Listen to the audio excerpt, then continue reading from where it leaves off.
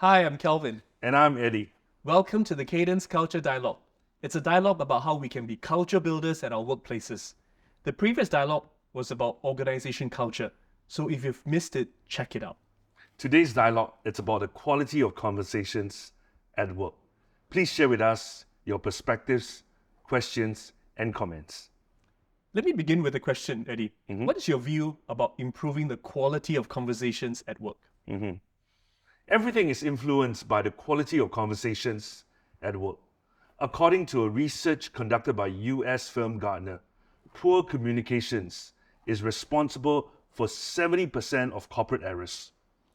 On the other hand, quality conversations resulting in well-connected teams see a productivity increase of 20 to 25% based on McKinsey report.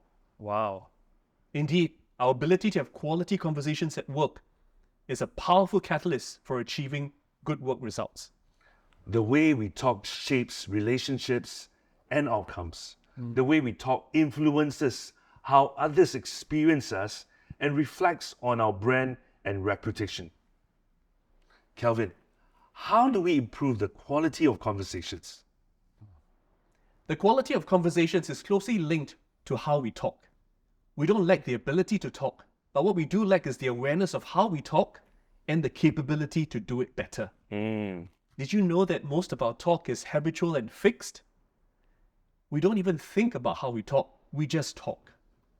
Imagine if we could shift our talk from being unconscious to conscious, from being fixed to fluid. You can then adapt your conversational prowess to different situations and personalities. You can target your talk so that you can be more effective and strategic in how you talk. That way, you can foster more predictable and positive results in your conversations, both at work as well as in life. Amazing things can happen when the quality of conversations is great. I love this quote from Kevin Ayre, the creator and founder of Soundwave. Soundwave is a powerful tool that measures the 9 voices in each of us. What are the 9 voices, Kelvin? Wow. Bro, you're testing me here. The 9 voices are divided across 3 verbal styles. Ask, suggest, and tell. The ask voices are inquire, probe, and diagnose. The suggest voices are articulate, advise, and advocate. The 3 A's. Spot on. And the tell voices are critique, correct, and challenge. The 3 C's. That's right. Now, some of us may intuitively have a sense of what these voices are, but only through a Soundwave learning journey will we get a deeper understanding of these 9 voices. And we also get a deeper awareness of the voices that we use. So each one of us has a brilliant 3, our top 3 voices that we use most often. We'd also discover what are some of the voices that we run the risk of overusing, which has a negative impact, as well as the voices that we run the risk of underusing, preventing us from having a more effective outcome. I can think of one conversation that didn't go well. I was with a client, and my top voice is the advocate voice. And I would use my top voice to persuade my clients to take action. However, in this situation, the client wasn't too keen with my suggestion and pushed back with a long silence. Guess what voice came out of me so naturally and immediately? The advocate voice. Spot on. So, with Soundwave, right, how did you adapt in that situation?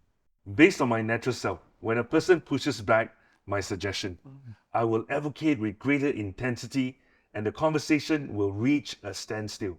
With training from Soundwave, there is a greater awareness when a voice is not connecting with the other person, and to adapt by applying another voice, such as the inquiry voice, to seek to understand rather than to advocate my point of view. And you know what? It is amazing to experience how by applying a different voice lead to a very different outcome, greater engagement in the conversation.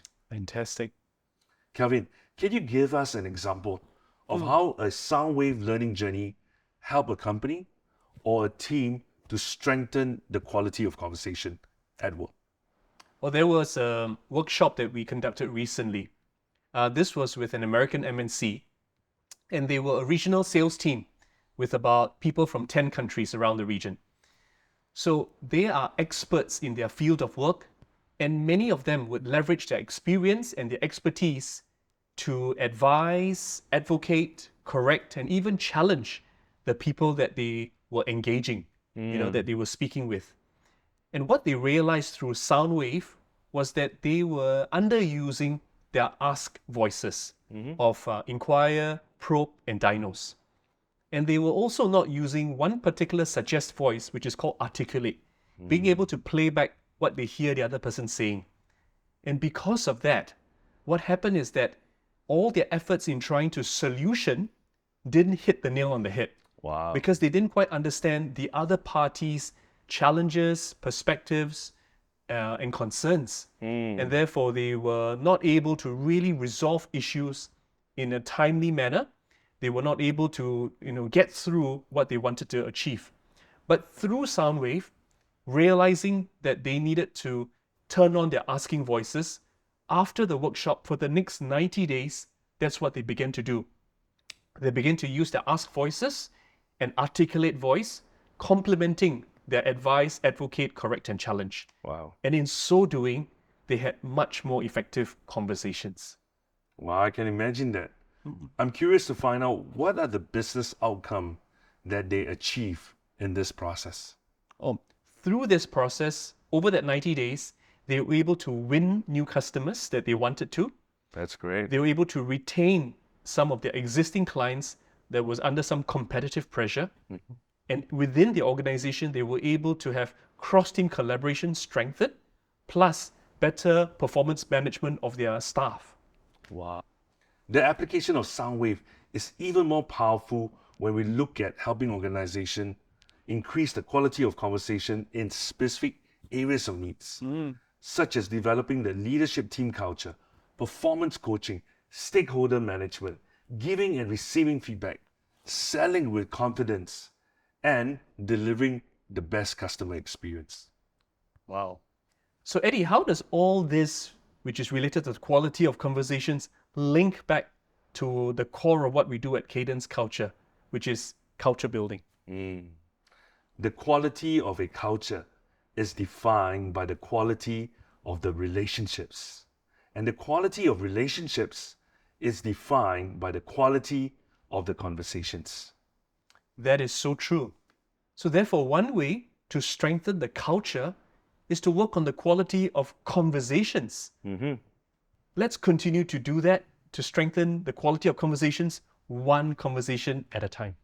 Deepening of quality conversation is at the core of what we do, and we keep working on it to get better. Come, journey with us at Friends of Cadence Culture. Click on the link below to find out more. Yes, we welcome you to join us as Friends of Cadence Culture. Do look out for the next Cadence Culture Dialogue. See you soon. Goodbye.